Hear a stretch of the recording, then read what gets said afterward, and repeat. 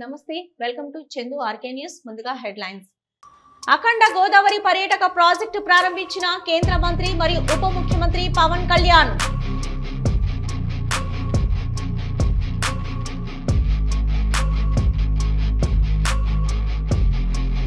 మాజీ మంత్రి state doctors wing president doctor Sidri Appalaraju press meet.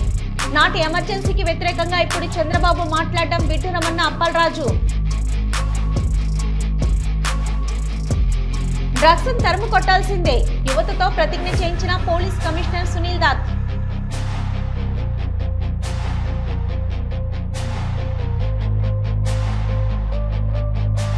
Balkampet Yellamma అమ్మవారి కళ్యాణానికి సనత్ నగర్ ఎమ్మెల్యే తలసాని శ్రీనివాస్ యాదవ్ కు ఆహ్వానం.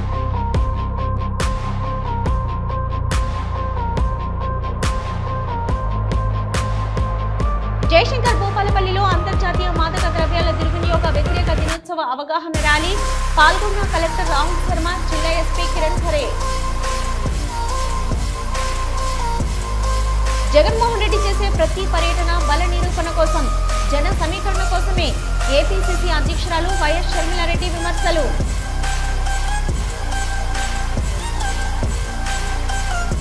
ఇంద్రకీలాద్రి అమ్మవారికి తొలిసారి సమర్పించిన ఈవో శివనాయక్ దంపతులు.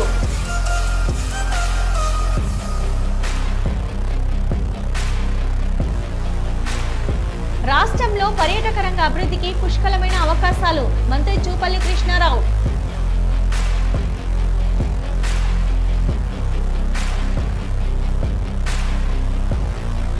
అఖండ గోదావరి పర్యాటక ప్రాజెక్టు రాజనగరం దివాన్ చెరువు ఫారెస్ట్ అకాడమీ శంకుస్థాపన మరియు బొమ్మూరు సైన్స్ సెంటర్ ప్రారంభోత్సవ కార్యక్రమంలో పాల్గొన్నారు ఉప ముఖ్యమంత్రి పవన్ కళ్యాణ్. स्वागतम। अब हम इस पावन अवसर पर भारत सरकार के पर्यटन और संस्कृति मंत्रियों को माननीय केंद्रीय मंत्री श्री गजेंद्र सिंह शेखावत जी को मंच पर आमंत्रित कर सौभाग्य प्राप्त कर रहे हैं। आपका यह अभिषेक होना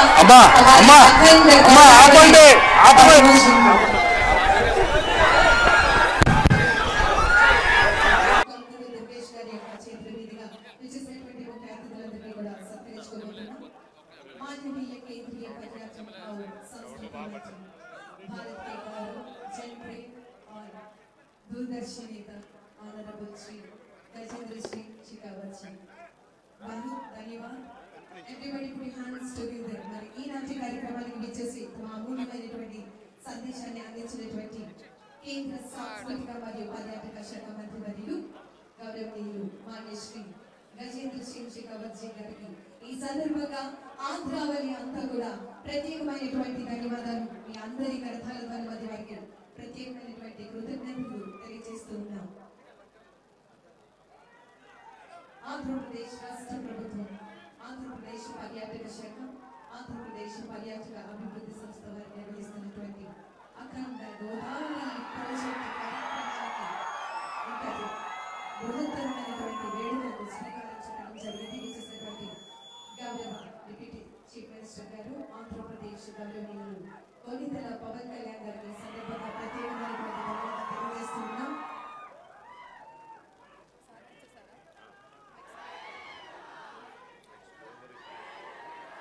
ఆనరబుల్ ఎంపీ గారు గౌరవనీయులు శ్రీమతి పురంధేశ్వరి గారికి ఈ సందర్భంగా మీ అందరి కృతజ్ఞతల ధన్యవాదాలు వారికి ప్రత్యేకమైనటువంటి ధన్యవాదాలు తెలియజేస్తోంది ఆంధ్రప్రదేశ్ పర్యాటక శాఖ, ఆంధ్రప్రదేశ్ పర్యాటక అభివృద్ధి సంస్థ.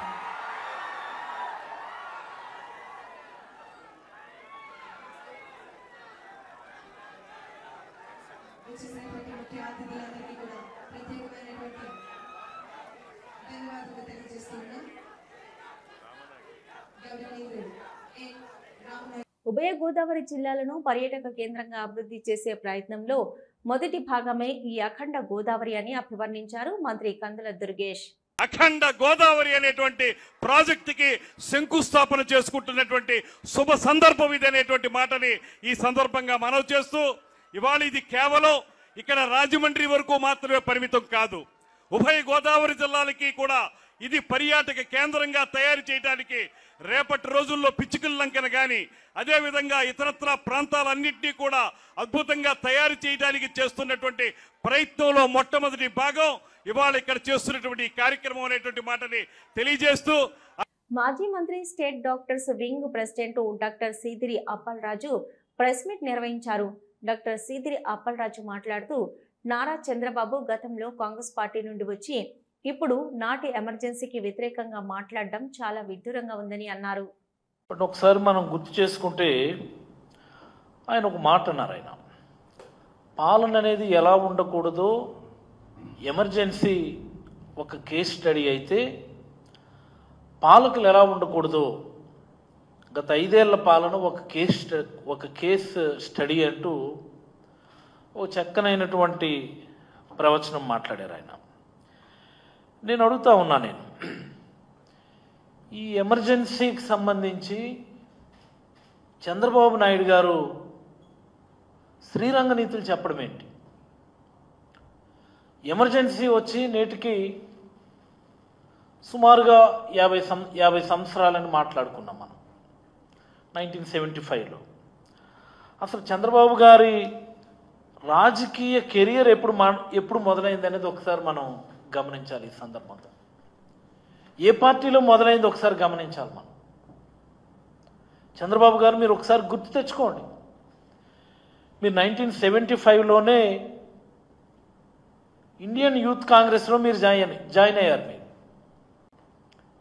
ఏ సంవత్సరం అయితే ఎమర్జెన్సీ ఇంపోజ్ చేశారో అదే సంవత్సరం మీరు అధికారికంగా ఇండియన్ నేషనల్ కాంగ్రెస్లో జాయిన్ అయ్యారు. మీరు ఈ విషయాన్ని మీరు మర్చిపోతే ఎలాగా? యువతను కాపాడుకోవాలి అనుకుంటే డ్రగ్స్ ను తరిమి కొట్టాల్సిందే అని పోలీస్ కమిషనర్ సునీల్ దత్ అన్నారు. వరల్డ్ యాంటీ డ్రగ్స్ డే పురస్కరించుకొని ఖమ్మం నగరంలోని మమతా రోడ్లో గల టాటా సర్వీస్ సెంటర్ నుంచి లకారం ట్యాంక్ బండ్ వరకు ర్యాలీ నిర్వహించారు. ర్యాలీలో పాల్గొన్న పోలీస్ కమిషనర్ సునీల్ దత్ జెండా ఊపి ర్యాలీని ప్రారంభించారు. ఈ సందర్భంగా సిపి సునీల్ దత్ మాట్లాడుతూ మాదక ద్రవ్యాలు అరికట్టాలంటే యువత, విద్యార్థులు ప్రతి ఒక్కరూ బాధ్యత తీసుకోవాలని, ఈ డ్రగ్స్ వల్ల శరీరం మొత్తం నిర్వీర్యమై సమాజంలో దుష్పరిణామాలకు అవకాశం ఉందని, అందువల్ల ఇది మన అందరి బాధ్యతని, మీ చుట్టుపక్కల స్నేహితులకి ఇటువంటి డ్రగ్స్ సమాచారం ఉంటే పోలీసులకు తెలియజేయాలని కోరారు. ఈ ర్యాలీలో స్థానిక సంస్థల additional collector Sreeja, ACP Ramanamurthy, ఇతర అధికారులు, విద్యార్థులు పాల్గొన్నారు. అనంతరం ర్యాలీలో పాల్గొన్న పోలీస్ డిపార్ట్మెంట్ విద్యార్థులకు యాంటీ డ్రగ్స్ పై ప్రతిజ్ఞ చేయించారు.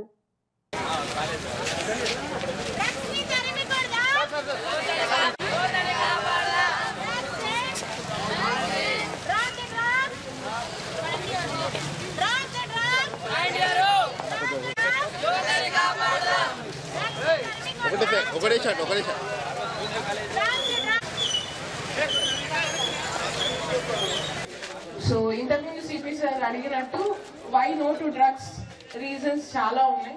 One of the biggest reason is మీ లైఫ్ ని మీ చేతి నుంచి డ్రగ్స్ చేతిలోకి పెట్టేస్తారు. డ్రగ్స్ స్టార్ట్ చేస్తే ఫస్ట్ ఏమనిపిస్తుంది, when we're interacting generally also drugs తీసుకొని రిహాబిలిటేషన్ సెంటర్ లో ఉన్న వాళ్ళని మాట్లాడుతున్నప్పుడు, అరే ఎందుకు ఇంత దూరం వచ్చింది తెలుసు కదా ముందే. చిన్నపిల్లలు ఉంటారు, చాలా పెద్దవాళ్ళు కూడా ఉంటారు.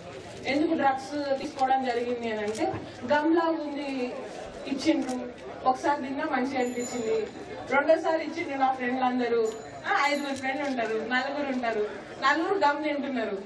5 ఏమనుకుంటాడు, అరే నేను పోతున్నా, వాడికి ఏదో అనిపిస్తుందంట, నేను కూడా ఒక్కసారి ఎక్స్పీరియన్స్ చేస్తా ఎట్లా అనిపిస్తుందో, ఎక్స్పీరియన్సెస్ అయితే అవసరం కదా లైఫ్ లా అని ఇంకోసారి తింటాడు. ఒక్కసారి ఎక్స్పీరియన్స్ అయింది, కానీ డ్రగ్స్ అనేటివి ఏంటి, అలవాటు పడిపోతాం. ఒక్కసారి తినగానే మంచిగా అనిపిస్తుంది, రెండోసారి, మూడోసారి. కానీ ఇది స్టార్ట్ చేయగానే కంటిన్యూస్ ఒక లూప్ సైకిల్లోకి ఎంటర్ అయిపోతాం. మన లైఫ్ మన చేతి నుంచి వాడి చేతిలోకి వెళ్ళిపోతుంది. చదవడం ఇబ్బంది అయిపోతుంది, ఇంట్లో పేరెంట్స్ తో మాట్లాడడం ఇబ్బంది అయిపోద్ది, ఫ్రెండ్స్ తో మాట్లాడడం ఇబ్బంది అయిపోద్ది, బతకడం ఇబ్బంది అయిపోద్ది. అదంతా పక్కన పెడితే బాడీ మొత్తం ఖరాబ్ అయిపోతుంది. మెడికల్ స్టూడెంట్స్ చాలా మంది ఉన్నారు కదా ఇక్కడ. Drugs will spoil each and every organ. Balkampet Yellamma అమ్మవారి కళ్యాణానికి రావాలంటూ మాజీ మంత్రి సనత్ నగర్ ఎమ్మెల్యే తలసాని శ్రీనివాస్ యాదవ్కి ఆహ్వానాన్ని అందజేశారు. ఈ మేరకు గురువారం వెస్ట్ మారేడుపల్లిలోని కార్యాలయంలో ఆలయ అధికారులు ఎమ్మెల్యే తలసాని శ్రీనివాస్ యాదవ్ను కలిసి ఆహ్వాన పత్రికను అందజేశారు. ఆలయ పండితులు వేద మంత్రాలతో ఆశీర్వచనం చేసి ప్రసాదాలు అందజేశారు. ఈ కార్యక్రమంలో మాజీ కార్పొరేటర్ నామాల శశికుమారి, ఆలయ trustee chairman Saibaba Goud, EO Mahender Goud, superintendent Haimavathi, Ameerpet division BRS అధ్యక్షుడు హనుమంతరావు, నాయకులు అశోక్ యాదవ్, కూతురు నరసింహ, ఇక బలరాం, వనం శ్రీనివాస్ తదితరులు పాల్గొన్నారు.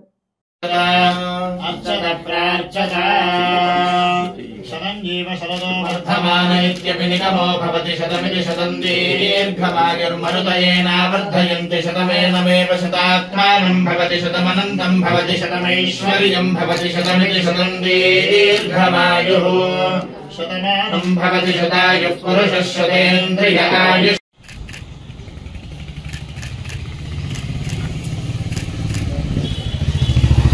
జయశంకర్ భూపాలపల్లి జిల్లా అంతర్జాతీయ మాదక ద్రవ్యాల దుర్వినియోగ వ్యతిరేక దినోత్సవం సందర్భంగా భూపాలపల్లిలో అవగాహన ర్యాలీ నిర్వహించారు.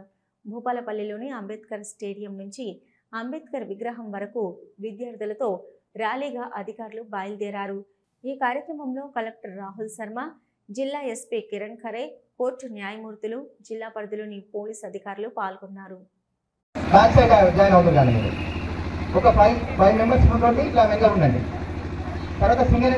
గౌరవ కలెక్టర్ గారు, ఎస్పీ గారు, అడిషనల్ కలెక్టర్లు మరియు జడ్జి తదితరులు అందరూ కూడా ప్రారంభిస్తున్నారు. Thank you sir. ఈ ర్యాలీతో పాటు ఏ ఒక్కరు డ్రగ్స్ బారిన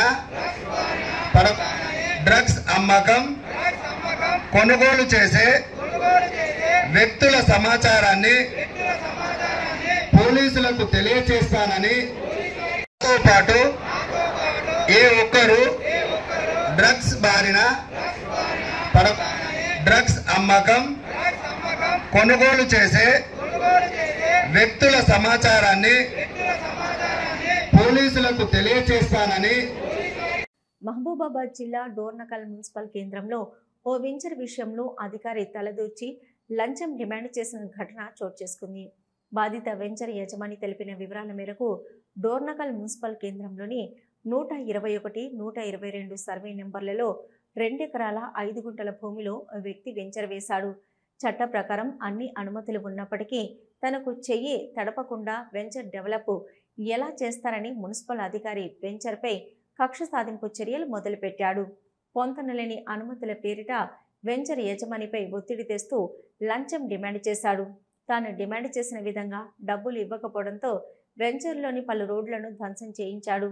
విసిగి వేసారిన సదరు వెంచర్ యజమాని పోలీసులకు, జిల్లా కలెక్టర్కు ఫిర్యాదు చేశాడు. సదరు అధికారిపై చర్యలు తీసుకోవాలని బాధిత వ్యక్తి అధికారులను కోరుతున్నాడు.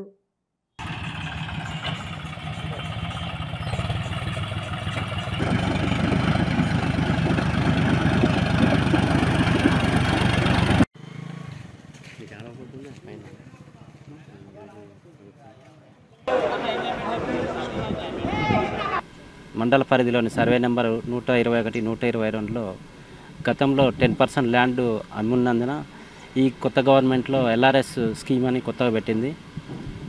దాన్ని డెవలప్ చేసుకునే అవకాశం ఉంది కాబట్టి మేము డెవలప్ చేస్తున్నాము.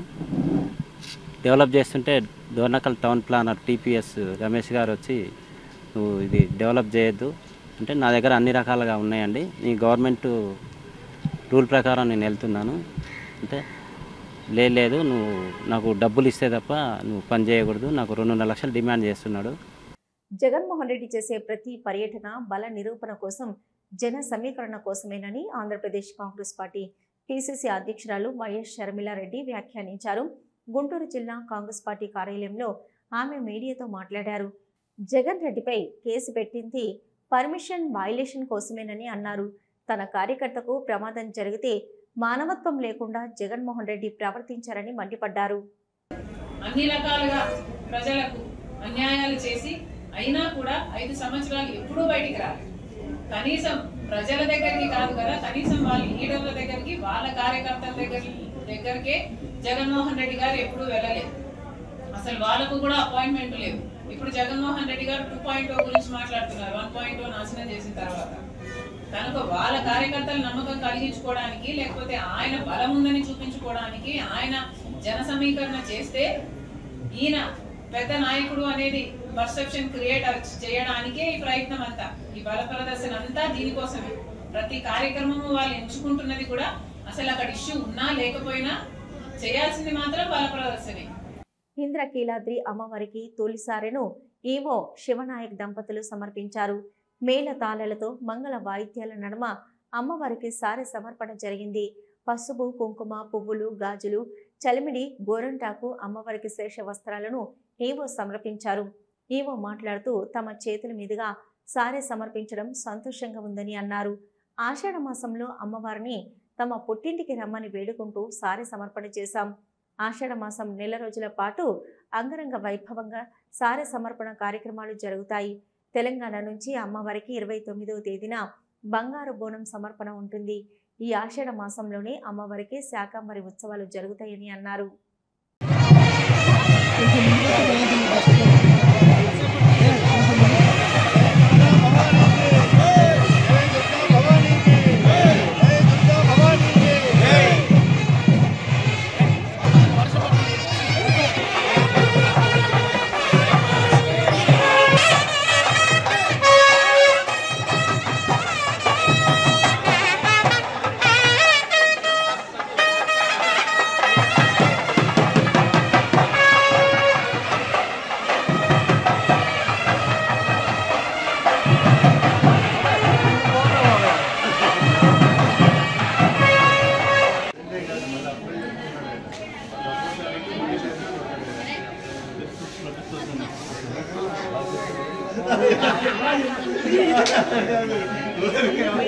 మాజీ చైర్మన్ అంటారు కదా అలా మాజీ అలా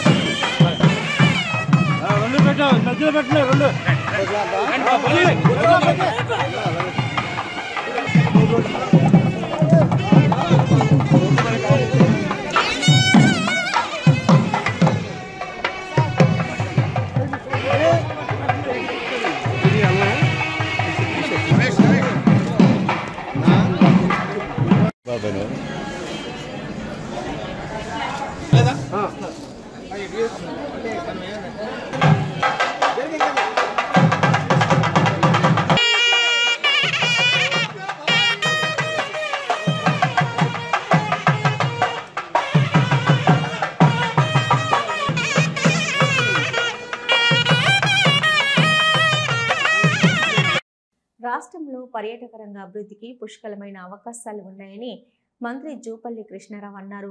కొల్లాపూర్ నియోజకవర్గ పరిధిలోని కల్వకుర్తి లిఫ్ట్ ఇరిగేషన్, అమరగిరి, సోమశిల తదితర పర్యాటక ప్రదేశాలను రాష్ట్ర పర్యాటక అభివృద్ధి సంస్థ managing director Valluri Kranthi, collector Badavath సంతోష్తో కలిసి సందర్శించారు. ఈ సందర్భంగా మంత్రి మాట్లాడుతూ పర్యాటక ప్రాంతాలను అంతర్జాతీయ ప్రమాణాలతో అభివృద్ధి చేస్తామన్నారు. మచిలీపట్నంలోని కృష్ణా యూనివర్సిటీ స్నాతకోత్సవంలో మంత్రి నారా లోకేష్ పాల్గొన్నారు. ఈ సందర్భంగా ఆయన మాట్లాడుతూ విద్య అన్ని సమస్యల పరిష్కారానికి మార్గమని, యువత నైతిక విలువలతో ఎదగాలన్నారు. డిగ్రీతో చదువు ఆపకుండా జీవితాంతం నేర్చుకోవాలని, డిజిటల్ యుగంలో జ్ఞానమే గొప్ప సంపదని తెలిపారు. యువత, అధ్యాపకులు, పరిశోధకులు, పారిశ్రామికవేత్తలుగా ఎదగాలని సూచించారు. You have the potential in you to change the world, starting right from here. Always have that beginner's mindset. Have that hunger in you. Have that commitment in you. In this digital age, knowledge is a powerful currency. But beyond knowledge, it is character, compassion, and courage that will define your success and significance. As you rise in your careers, never lose sight of your values. Remain curious, stay humble, and continue to learn, because true education never ends. Tirumala శ్రీవారిని YCP MLA Duvvada Srinivas, దివ్యల మాదిరి కలిసి దర్శనం చేసుకున్నారు. VIP break సమయంలో శ్రీవారి సేవలో పాల్గొన్నారు. వారికి స్వామివారి దర్శనం అనంతరం రంగనాయకుల మండపంలో అర్చకులు వేద ఆశీర్వచనం అందించారు. టీటీడీ అధికారులు స్వామివారి తీర్థ ప్రసాదాలు అందజేశారు. ఇవి ఇప్పటివరకున్న అప్డేట్స్. చూస్తూనే ఉండండి న్యూస్.